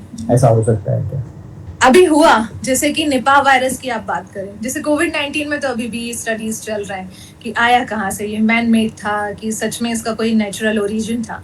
लेकिन अगर निपा वायरस की बात करें तो bats were carrying this pathogen, और हमने उसकी हार्मोनी चेंज की. यस, देयर आर चांसेस कि वायरस जंप कर सकता है हमारी ह्यूमन पॉपुलेशन में. तो एक बायोडाइवर्सिटी, वेस्ट नाइल वायरस का मैंने बताया, तो ये जो बायोडाइवर्सिटी है बहुत अच्छे से वायरसेस को एक लिमिट में रखता है. ये नहीं कहूँगी कि वायरस अब कुछ करेगा ही नहीं, वायरस करेगा, लेकिन उसने 1 या 2 या 3 या एक छोटे सा क्लस्टर को इन्फेक्ट किया, वो जानवर मर गए और वायरस भी वहीं मर गया और दूसरे जानवर में नहीं जाएगा. लेकिन अगर हमने उस चेन को डिस्टर्ब किया तो चांसेस है कि जो जानवर अपने साथ अंदर रखते या उसको लेके मर जाते, वो अब चेन है ही नहीं वहां पे, तो वायरस जंप करके फिर ह्यूमन पॉपुलेशन में जा सकता है. And This is humans the have, I'm sorry, and humans have the weakest immune system perhaps in the entire. Immune system तो है हमारा अच्छा, लेकिन आज की डेट पर हम कहेंगे हमें से कुछ लोग हैं जो सच में जिनकी इम्यूनिटी अच्छी नहीं है. कोविड में ही हमने देखा कि कुछ लोग बड़े अच्छे से रिकवर कर गए, और जिनको कुछ को इन्फेक्शंस थे उनको सफ़र करना पड़ा. तो ह्यूमन पॉपुलेशन में अगर हम देखते तो हम कलेक्टिवली देखें तो हमारे बीच में कुछ प्रोन लोग हैं जो अगर उनमें इन्फेक्शन गया तो उनको ज़्यादा प्रॉब्लम्स हो सकती हैं. Students, Viraj, can you ask the students? Any other questions, students? If you have any other questions, Yes, Huda, please go ahead. Ma'am, I would like, that's not a question. I would like to suggest you that you told us that there is no awareness of, like, not to keep these animals as pet. And like, I have participated, and like very less students have participated in this. But like, others who have not participated, so they have no idea about what is going on, and like we shouldn't do. And so I'm just suggesting that like, can't we suggest the government to add some chapters at particular classes, like, to improve it. And so sort of it would be like, everyone would be aware of it. Yes, that's a good suggestion. I would say excellent suggestion. क्योंकि अभी क्या हो रहा है कि हम लोग जैसे कोशिश कर रहे हैं हमारे कॉलेज में, हमारे स्टूडेंट्स हैं जो, उनको हम अवेयर करते हैं इस चीज़ के लिए. लेकिन स्कूल में, या फिर स्कूल आप लोग हैं या जनरल पब्लिक, तो उसके लिए एक पोर्टल होना चाहिए. जैसे हम लोग न्यूज़पेपर में अपने आर्टिकल्स निकालते हैं, लेकिन हर कोई न्यूज़पेपर नहीं पढ़ता. तो आपका कहना सही है कि अगर ये एकेडमिक्स में आ जाता है तो लोगों को ज़्यादा अच्छे से पता रहेगा. तो मुझे लगता है ये एक अच्छा सजेशन है. और अभी जब से ये कोविड-19 आया है तो हमारे यहाँ काफ़ी कुछ मेजर चेंजेस हुए हैं. हमारे वेटनरी डिग्री प्रोग्राम के कोर्स स्ट्रक्चर में। तो मुझे स्कूल का अभी नहीं पता कि उन्होंने मेजर चेंजेस उसमें भी किए हैं कि नहीं, लेकिन या this is a good suggestion. Anshuman ji, आप कुछ अगर इसमें कर सकते हैं, क्योंकि आप काफ़ी लोगों को जानते हैं एकेडमिक्स में या स्पेशली एजुकेशन सिस्टम में, तो हम तो अपनी तरफ से पॉइंट ज़रूर रखेंगे। हुदा फातिमा, क्या नाम है आपका? Yes, Ma'am Huda Fatima. Huda Fatima, I remember your name और I talk to you if needed. तो ये चीज़ को बिल्कुल इसको And ma'am, a small request. Could you send the PDF in the group so like we can go through it, so like we would understand it betterly, like sort of not understand it. I'll definitely do that and I'll try to prepare a document, a word document, क्योंकि क्या होता है ना, जो presentation होता है ना वो मेरी सोच के हिसाब से बना हुआ है, लेकिन अब उसमें मैं कहना क्या चाह रही हूँ तो उस हिसाब से आपके लिए एक डॉक्यूमेंट रेडी करके मैं अंशुमान जी से शेयर कर दूंगी, तो आप लोगों के पास एक इन्फॉर्मेशन शीट रहेगी फिर। तो मेरा क्या है, छात्र पर्यावरण संसद का पैटर्न ऐसा है कि ये बच्चे आपसे सीखकर ग्रुप डिस्कशन करेंगे इस टॉपिक पर। तो खुदा, I would request you and all students कि ये आप रेजोल्यूशन पास करना, क्योंकि आप जो बोलेंगे उसको हम रिकॉर्ड करके उसका कंपाइलेशन गवर्नमेंट को देने वाले हैं। So let your suggestion go as your recommendation of the Chhatra Paryavaran Sansad to the government की कैरिकुलम में इसको ऐड करना चाहिए, है ना? Yeah, definitely. Sure. Yeah. Any Thank other you. student? Please. Any other questions? I can see some questions, the chats, detailed notes. I think no, no questions in the chat. Those are instructions that are Yes, written. Any yes. other student would want to ask any question, please?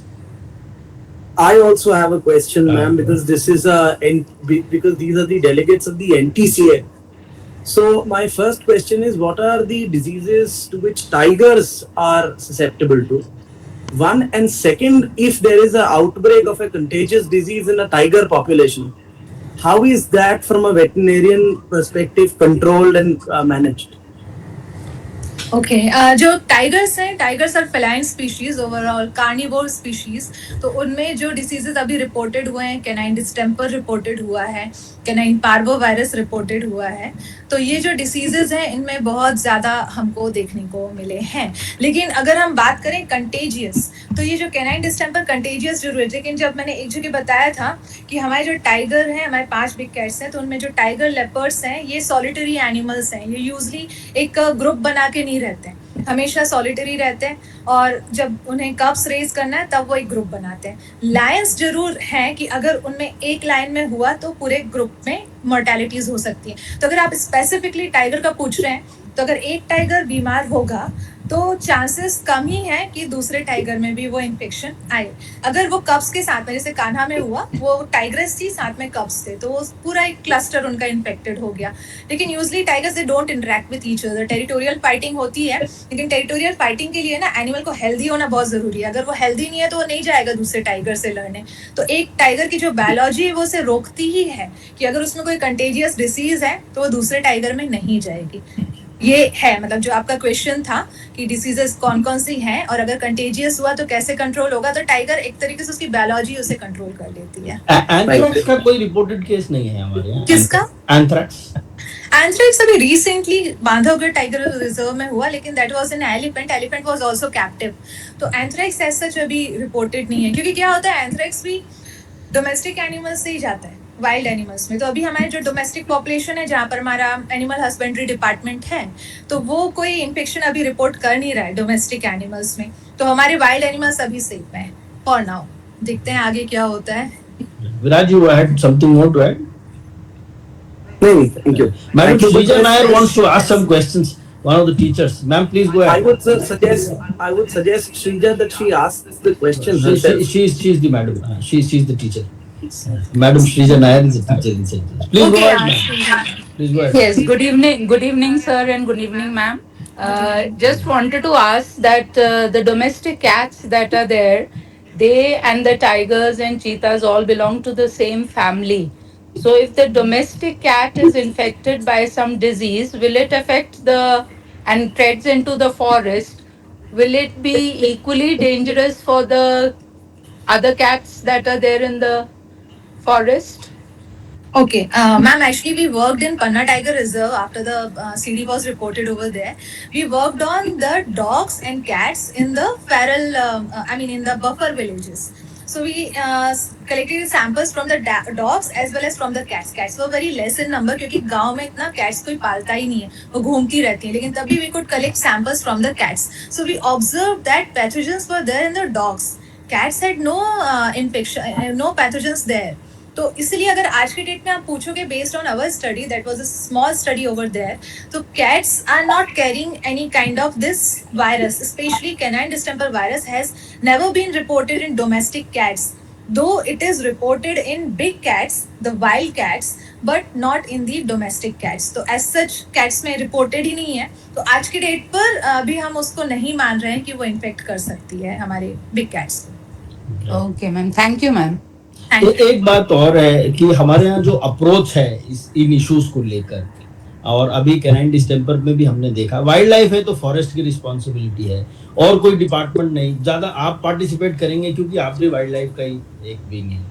लेकिन अगर dogs को control करना है तो why should it be left to the forest department only? And I will ask all the students that you should have a resolution कि इन सब चीजों को डील करने के लिए एक कलेक्टिव इंटर डिपार्टमेंटल टीम बननी चाहिए, जिसमें एनिमल हस्बेंड्री भी रहे, क्योंकि बहुत जो गाय भैंस हैं पेरिफेरल एरियाज में और डॉग्स हैं, ये एनिमल हस्बेंड्री डिपार्टमेंट या हमारे जो जनरल वेटनरी डिपार्टमेंट है, ये सब कोलैबोरेट करें फॉरेस्ट डिपार्टमेंट के साथ में, और फिर हम एक comprehensive. would you suggest something on this? अभी जैसे कि हो रहा है जो पन्ना टाइगर रिजर्व में भी हुआ था और अभी कान्हा टाइगर रिजर्व में भी जो बफर डॉग्स पे काम कर रहे हैं, it is a collective effort. वहां पर जो एनिमल हस्बेंड्री डिपार्टमेंट के वेटनेरियंस हैं पोस्टेड, तो वो उसमें अपना इक्वली कंट्रीब्यूशन दे रहे हैं. इवन अगर हम सिर्फ कैनाइन डिस्टेंपर वायरस की बात करें, ट्यूबरक्लोसिस की बात करें, तो जो वैक्सीनेशन होता है, सॉरी एफएमडी की बात करें, एफएमडी एक डिसीज होती है जिसमें कि ऐसे वेसिकल्स बन जाते हैं डोमेस्टिक एनिमल्स में, और अगर वो डोमेस्टिक एनिमल्स जंगल में चले जाएं और वहां जाके ग्रेजिंग करें तो चांसेस है कि वाइल्ड हर्बीवोर्स में फैल सकते हैं. तो इसके vaccination animal husbandry department domestic animals में रेगुलर कर रहे हैं, जैसे कि डोमेस्टिक एनिमल्स में ये बीमारी ना हो तो वाइल्ड एनिमल्स हमारे सेफ रहेंगे. स्पेशली उनका जो टारगेट एरिया रहता है वो प्रोटेक्टेड एरियाज के अराउंड ही रहता है. तो ये सब चीजें ऑलरेडी चल रही हैं. और जैसे अगर डॉग्स की बात करें तो community involvement is very much required, क्योंकि सिर्फ फॉरेस्ट डिपार्टमेंट या इवन एनिमल हस्बेंड्री डिपार्टमेंट भी नहीं कर पाएगा जबकि लोकल लोग उसको सपोर्ट नहीं करेंगे. बहुत सिंपल चीजें हमें चाहिए जो मैंने मेंशन किया. गार्बेज आप मैनेज करो, कम्युनिटी डॉग्स को ह्यूमन वे में कंट्रोल करके देखो. तो ये सारी चीजें बोलना आसान है लेकिन शुरुआत की जा सकती है. Any other child has any question, please?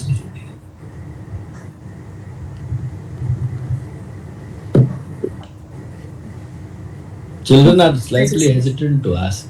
मेरे मन में तो बहुत सारे हैं पर मैं उसको इधर उधर नहीं घुमाना चाहता हूँ. Maybe some other time I will take the opportunity. Yeah. If it is related to the topic, you can ask the question because the students will have some. हाँ, एक आपको याद होगा बांधवगढ़ में हाथियों में मिलेट खाने से बहुत बड़ा इंसिडेंट हो गया. 13 वाइल्ड एलिफेंट्स एक साथ मर गए, बच्चे मिला के. और वहां पर भी यही इशू था कि इंटर डिपार्टमेंटल कोऑर्डिनेशन की कमी है. वो एक मिलेट हाइब्रिड मिलेट इंट्रोड्यूस हुआ था और उसकी रिपोर्ट बाद में आई कि हाइब्रिड मिलेट जो है वो वायरस रेजिस्टेंट नहीं, फंगस रेजिस्टेंट नहीं था. और उसके पहले केसेस कुछ आ रहे थे, ध्यान नहीं दिया गया. और कोदो और हाथी तो हमेशा से रहे साथ में, लेकिन हाथी खाते भी रहे कोदो लेकिन मरे नहीं. लेकिन पहली बार ऐसा हुआ कि फंगस इन्फेक्टेड कोदो हाथियों ने बड़ी मात्रा में खा लिया और मर गए. तो इंटर डिपार्टमेंटल कोऑर्डिनेशन थोड़ा मेरे ख्याल से ज्यादा. वहां पर जो आप कोदो की बात कर रहे हैं, I was a part of that team, forensic team की. तो वहां पर हम लोगों ने देखा जब, क्योंकि पोस्टमार्टम किया, पोस्टमार्टम में बच्चे ठीक थे. जो बच्चा एक था जो भाग गया था, उस हर्ड में एक बच्चा भी था और एक एडल्ट एलिफेंट था. एडल्ट एलिफेंट जो मेल एलिफेंट था वो बच गया और एक छोटा सा बच्चा बच गया. बाकी सारी जो फीमेल्स थी वो सब मर गई थी. वहां पर सबका पोस्टमार्टम हुआ, एक से लीजन्स मिल रहे थे उनमें. और जब उनके पेट को खोला, सबने कोदो खाया हुआ था और जो कोदो है, जब हम लोगों ने उसके बाद में स्टार्ट हुआ हमारा फील्ड इन्वेस्टिगेशन, सब लोग गांव के आसपास जहाँ पे वो मिले थे उन कोदो के खेतों में गए, तो वो स्टैंडिंग क्रॉप्स थी और लोगों ने वो स्टैंडिंग क्रॉप्स अपने राइस के जो चावल थे उनके, उसको बचाने के लिए पेरीफेरी में लगाई थी कि अगर जानवर आए तो वो कोदो ही खाए। अब जानवर रोज तो आता नहीं है, वो महीनों से लगी हुई है, तो इसलिए उसमें वो फंगस ग्रो कर गया। और जब एलिफेंट आए तो इतनी दूर से जब वो चल के आए तो उन्हें सबसे पहले कोदो का ही मिला, जो फंगस उसमें था, फंगल इन्फेक्शन था, और उन्होंने उसको एकदम से खा लिया। और जो बच्चा था, क्योंकि वो दूध पी रहा था, तो इसलिए उसने वो कोदो नहीं खाया। It was completely healthy. वो बेचारा भागते भागते कटनी तक पहुंच गया था, फिर उसे रेस्क्यू करके लेके आए।